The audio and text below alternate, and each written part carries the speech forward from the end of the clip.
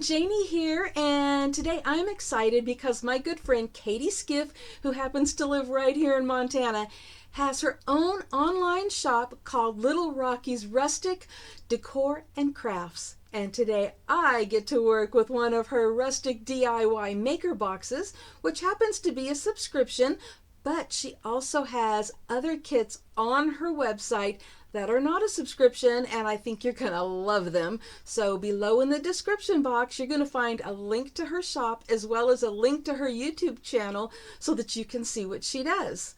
And these kits are awesome. They come with the wood pieces and the paint and the instructions and everything you're going to need to create a beautiful DIY project. And I can't wait to get started on mine, so let's head on over to the craft table. Okay, the first thing I want to say is these kits come packaged in these nice boxes, and I really like that. And when you open it up, not only do you have everything you're going to need, but you have the directions right up here on the lid. Okay, so now let's take a look at what comes in the kit. Okay, so before I talk to you about everything that comes in this kit, I want to point out that this kit is perfect for someone that is a beginner and feels that they don't have the skills to do this, because you can, and I'm going to show you that. Or if you're an advanced crafter and you just want to do your own thing with it. So let me show you. This is the main board, and you will see that there are lines on here and the words. This is so you will know where to put things. And that's one of the things that makes this easy for beginners. So I'm going to show you really quick while I'm showing you what it comes with. I'm going to show you how it goes together. Okay? So, two holes, really easy. Goes just like that. You have this wider stick, and you'll see that there is a wider space right there. And you can put that one right there.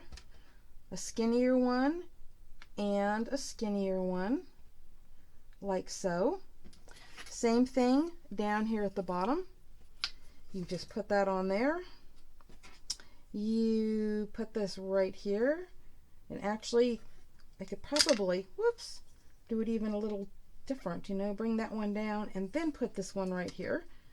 And if that is the case, as you can see, you can kind of mess around with it and do it a little different. So I'm going to do that up here. I'm going to put that one up there, and I'm going to put the skinny one right there. Okay, are you seeing how this is coming together? And then you can see exactly where the letters go, and put that together.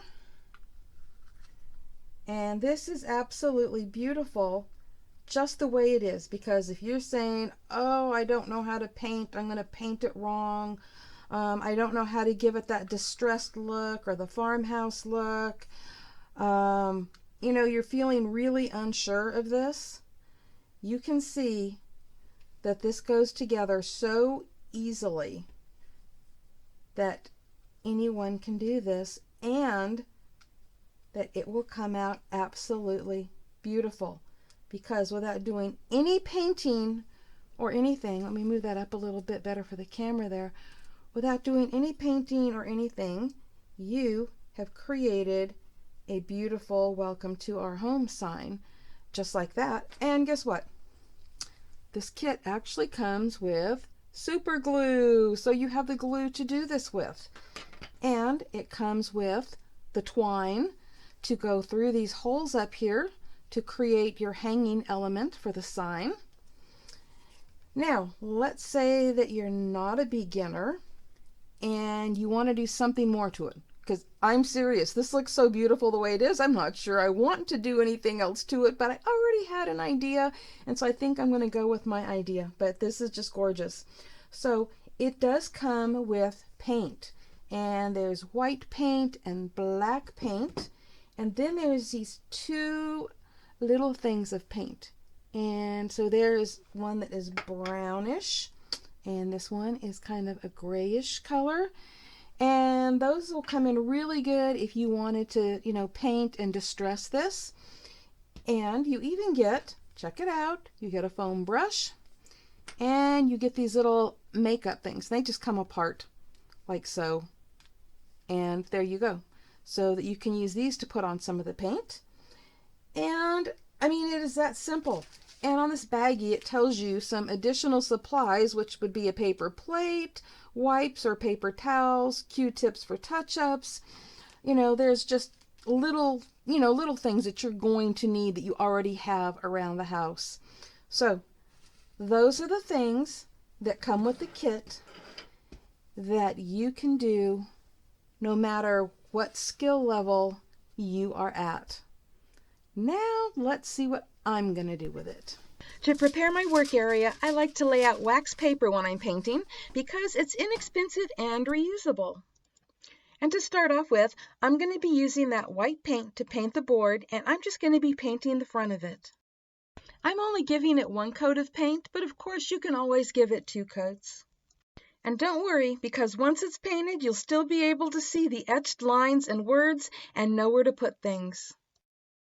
The outside edges of the board have a nice dark border, and I don't want to paint that, so I'm going to be using some wipes to clean off any paint that I might have got on those edges.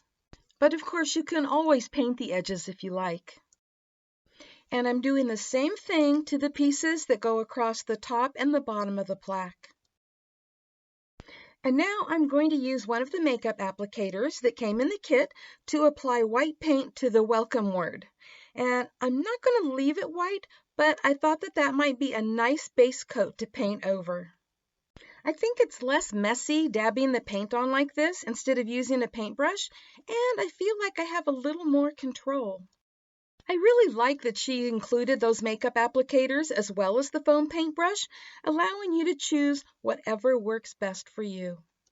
I'm also doing the same thing to the skinnier wood pieces that I will also be painting over. And next, I'm using another makeup applicator to dab on the black paint to the letters that spell out "To Our Home," because I think that will be a nice contrast to the rest of the plaque.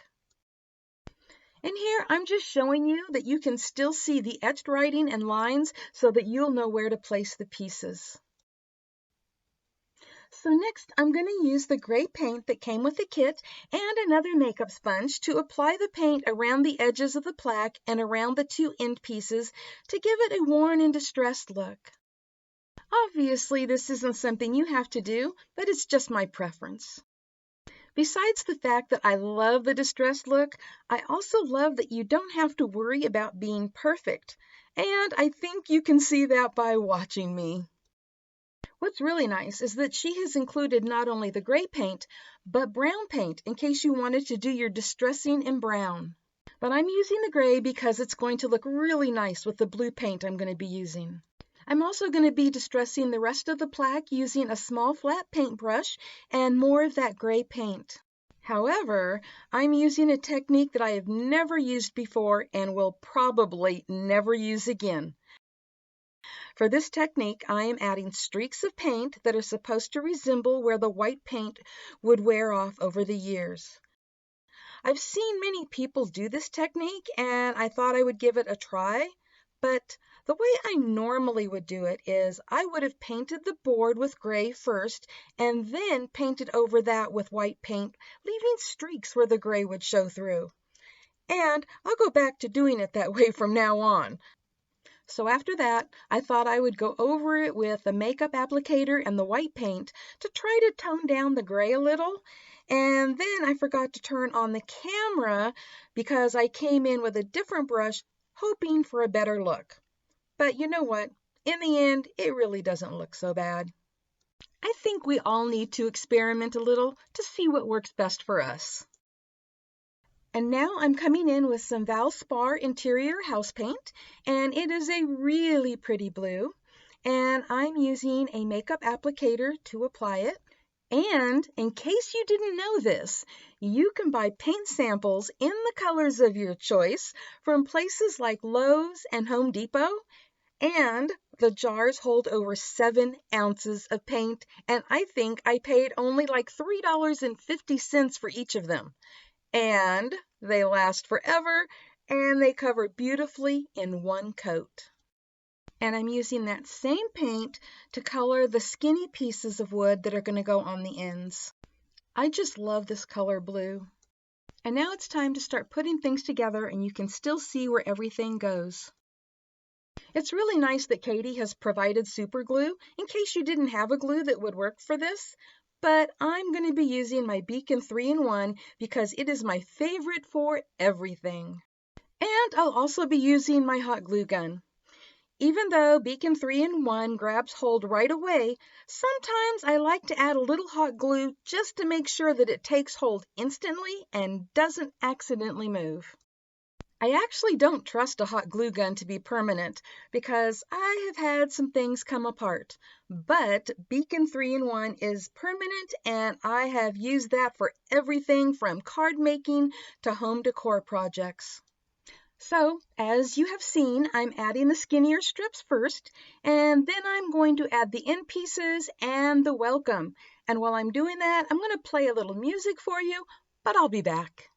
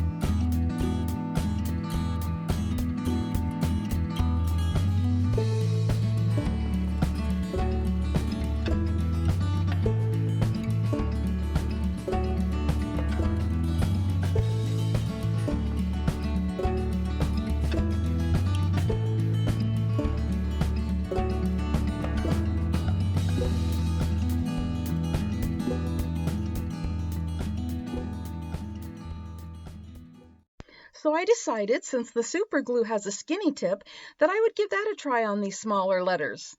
But after a few letters, I discovered that I'm not crazy about super glue and ended up using my Beacon 3-in-1.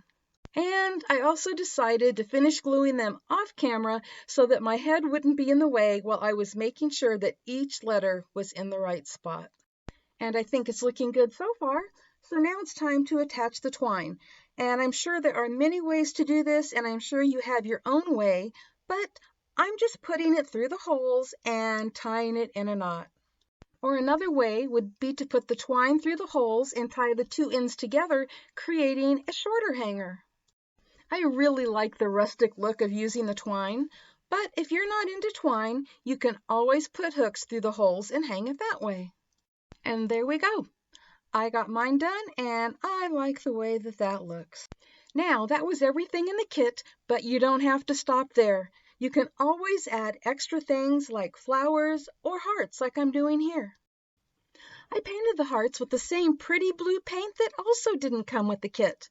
That's the awesome thing about these kits. Not only do they come with everything that you need, but you can also add more or change things up a little just to suit your taste. I love how this came out, but just remember that there are many different ways to use the kit. You don't have to paint it at all, or you can paint it any way you want, and you can even add additional embellishments. No matter how you do it, it'll be beautiful. And here's just a quick look at what you might find on the Little Rockies Rustic website. And I'll have a link below to that in the description box, as well as a link to where you can subscribe to the Rustic DIY Maker boxes, and a link to her Facebook group as well. Be sure to tell her that Janie sent you, and I hope you liked this DIY project. Thank you all so much for stopping by, and happy crafting, everyone. Bye-bye.